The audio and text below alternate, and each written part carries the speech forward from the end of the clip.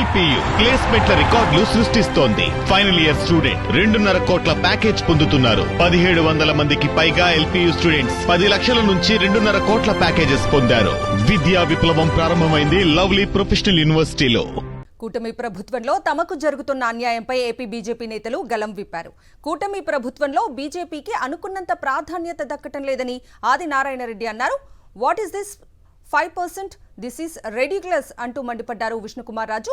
BJP కూటమిలో కలిసి ఉండకపోతే పరిస్థితులు ఎలా ఉండేవో రాష్ట్ర ప్రభుత్వానికి తెలిసేలా చేయాలన్నారు.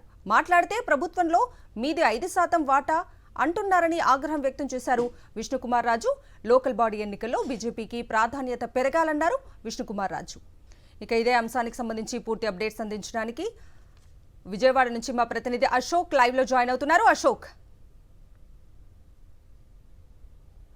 కవిత, ఏపీ బీజేపీ నూతన అధ్యక్షుడి ప్రకటన సభ సాక్షిగా బీజేపీ నేతలు తమ అసంతృప్తి గళాన్ని వినిపించారు. కూటమి ప్రభుత్వం ఏర్పడిన నాటి నుంచి కూడా తమకు ప్రధానంగా ప్రభుత్వంలో కావచ్చు, ఇటు కూటమిలో తమకు పూర్తిగా అన్యాయం జరుగుతుంది, తమను ఎవరు కూడా పట్టించుకోవట్లేదు అనేది వారు తీవ్ర అసంతృప్తి వ్యక్తం చేసిన పరిస్థితి కనబడుతుంది. ఎక్కడికి వెళ్ళినా సరే కూడా, అంటే పార్టీ కార్యక్రమాలకు సంబంధించి కావచ్చు, లేదంటే ప్రభుత్వం సంబంధించిన కార్యక్రమాలు ఎక్కడా కూడా తమకు సరిగా ప్రాధాన్యం దక్కట్లేదు. అదే సమయంలో ఏ పని మీద వెళ్ళినా ఎవరికి కూడా పనులు కావడం లేదు. ప్రధానంగా అందరూ కూడా మాది 80%, మిగిలిన 15% జనసేనది కేవలం బీజేపీది 5% అని ఒక హేళనగా మాట్లాడుతున్నారు. ఇలా మాట్లాడడం కరెక్ట్ కాదనేది వారు తీవ్ర అసంతృప్తి వ్యక్తం చేసిన పరిస్థితి కనబడుతుంది. ఎందుకంటే అటు కేంద్రంలో ఇటు రాష్ట్రంలో డబుల్ ఇంజిన్ సర్కారును కోరుకున్నాము. ఆ స్థాయిలోనే మేము లేకపోతే టీడీపీ ఇక్కడ అధికారంలోకి వచ్చేది కాదు కూటమి, కానీ మాకు పూర్తిగా అన్యాయం జరుగుతోంది. ఎక్కడ చూసినా సరే కేవలం ఇది 5% వాటా అంటూ కూడా హేళన చేస్తున్నారు. ఇదేం పద్ధతి అంటూ కూడా తీవ్ర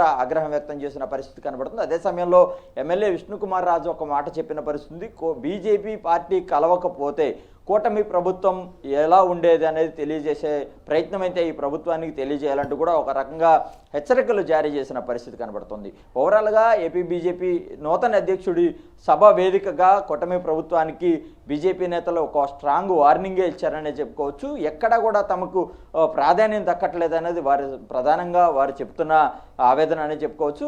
రాబోయే మరొక 6 నెలల్లో స్థానిక సంస్థల ఎన్నికలు ప్రారంభం కాబోతాయి కాబట్టి అప్పటికి ప్రతి చోట కూడా తమకు ప్రాధాన్యం కలగాలి. ఖచ్చితంగా ఆ ప్రాధాన్యం ఇచ్చేలా అటు సీట్ల దగ్గర కావచ్చు, అన్ని చోట్ల కూడా తమకు వాటా పెరగాలని వారు డిమాండ్ చేస్తున్న పరిస్థితి కనబడుతుంది. ఇందుకు ప్రధానంగా ఎవరైతే ఇప్పుడు నూతన అధ్యక్షుడిగా ఎన్నికైన పివిఎన్ మాధవ్ ఉన్నారో ఆయనే బాధ్యత తీసుకోవాలి. బీజేపీకి అన్ని చోట్ల ప్రాధాన్యం దక్కేలా చేయాల్సిన బాధ్యత ఆయన పైన ఉందని కూడా వాళ్ళందరూ చెప్పిన పరిస్థితి కనబడుతుంది. Right Ashok, thank you.